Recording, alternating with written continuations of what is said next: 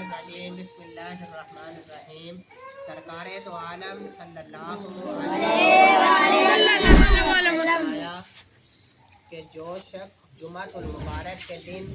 خوب اچھے طریقے سے پاکی حاصل کرے یعنی غسل کرے، تیل یا خوشبو لگائے جو گھر میں میسر ہو، پھر نماز ادا کرنے کے لیے مسجد جائے اور صفیں چیرتا ہوا آگے نہ نکلے، جہاں جگہ ملے وہیں بیٹھ جائے اور جو نماز مقرر کر دی گئی ہے اسے ادا کرے۔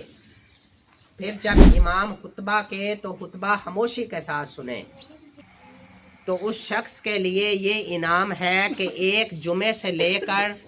دوسرے جمعے تک کے اس کے تمام گناہوں کو معاف کر دیا جاتا ہے۔